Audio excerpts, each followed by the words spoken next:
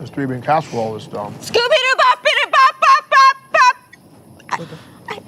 I'm so sorry, babe. I hadn't tasted him yet. I'm sorry. I'm sorry. Looking forward to, you know. Don't talk about the ingredients. I know. Yeah. After, it's just a surprise for your mouth. Yeah. Welcome back to Thinking Critical. This is Wes. It's time for another comic book review. Today I'm reviewing Infinite Frontier #1 of a 6-part limited series from Joshua Williamson, art by Sermonico. I think this is supposed to be like a big event book. And I think maybe to some people this is special. It doesn't feel really important to me personally. I'm not all that into where we're moving in Future State, especially with a lot of the Batman stuff. But the idea of multiverses really isn't new. The idea of the Omniverse is new, but I find that frustrating. So I think this is supposed to be a big deal. Doesn't feel so much to me, but we do have Joshua Williamson, one of my favorite writers at Marvel, at DC Comics on here. Sermonico's art is good. It's better than good. It's really solid. There's a lot of good stuff in here, specifically a couple of panels when they're doing like the Barry Allen and Roy Harper portions of the story that I liked a lot. There are a lot, and I do mean a lot of reveals in this comic book. If you're a wrestling fan, there are wrestlers out there that like to tell a story in their match, and then there are wrestlers that like to do high spots to get people popped up. This is a high spot comic. It's a lot of big things popping, but it's almost like a hodgepodge. You're just kind of skipping between scenes in the story. Some people are going to find that very exciting. I don't personally like that kind of writing style, so I am giving this a 3.5 star. Recommend. The art's pretty darn good. A lot of exciting stuff happening there. It's not my favorite way to tell a story, but if you've been watching my reviews, you probably knew that already. But if you think the idea of Infinite Frontier and the Omniverse is exciting, this is definitely the comic book for you. If you like high spot comics, where it's like boom, boom, boom, but there's not a lot of connective tissue or a good narrative flow between the big things popping off on the page, this is also the comic book for you. You're going to like this a lot more than I did. But if you're like me and you prefer, like a nice, tight, cohesive narrative, you might not get that, but you do get some big things here. And it is, if you're a DC fan, you're going to be reading DC. It does feel like it's not mandatory reading, but it's certainly pertinent to what's going on. So I enjoyed it. Not my favorite comic ever, but I think a lot of people are going to enjoy this more than I did.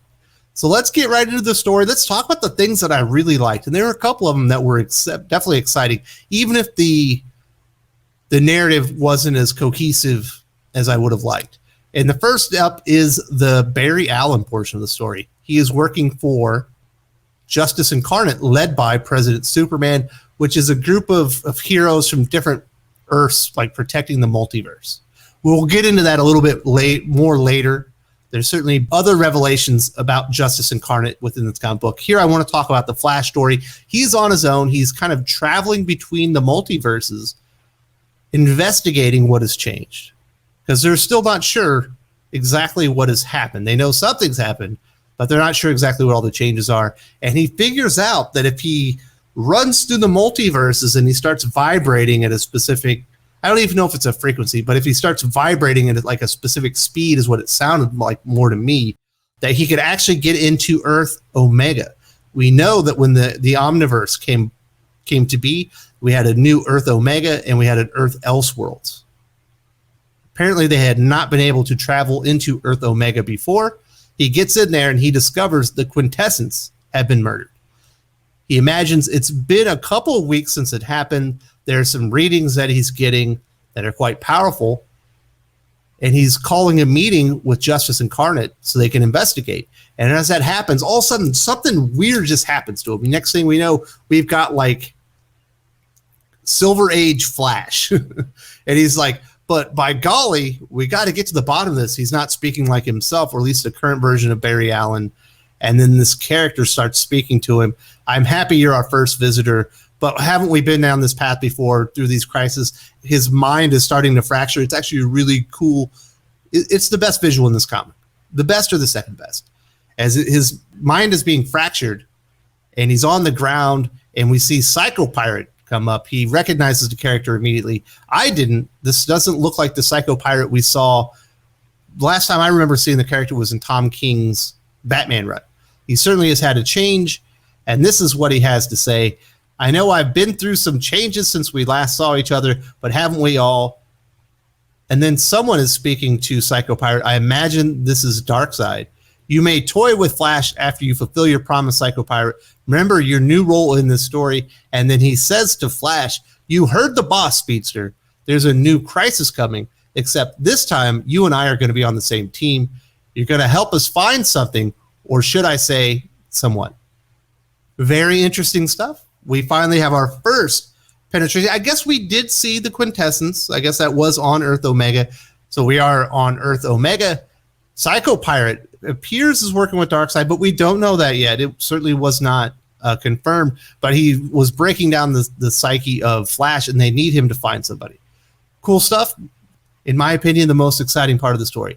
A very close second is the Roy Harper part of the story. It happens at the very end, and Roy Harper he's in a diner trying to lay low, just wanting to have some lunch.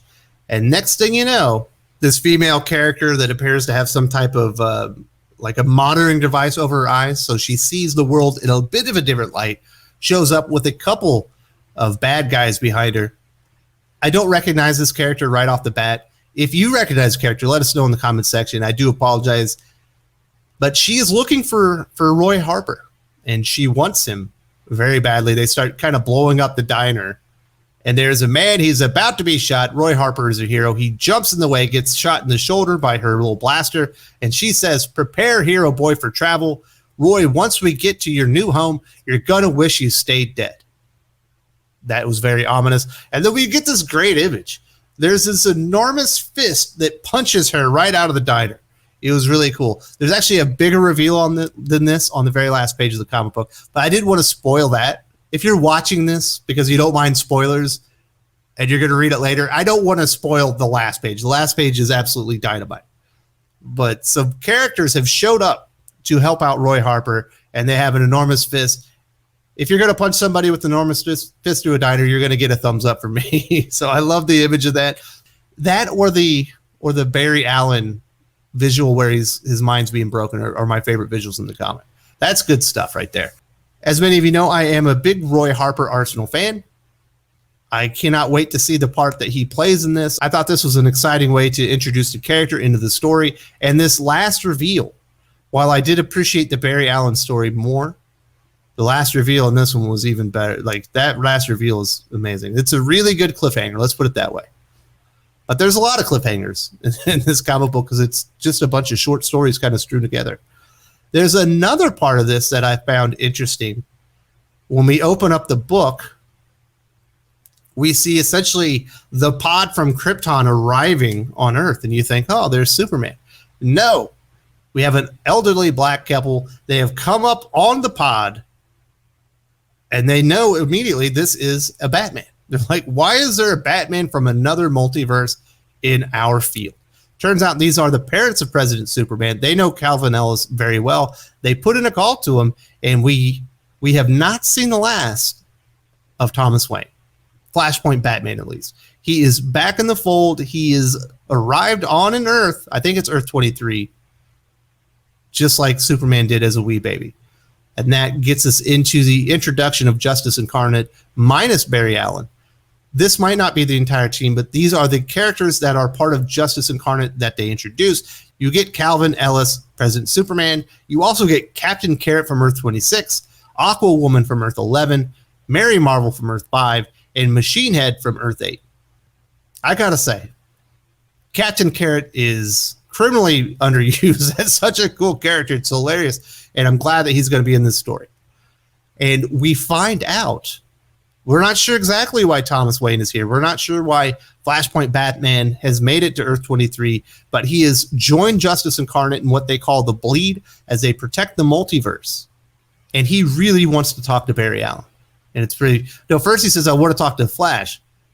Calvin Ellis is like, which one? Then he says, I want to talk to Barry Allen. And he says, which one.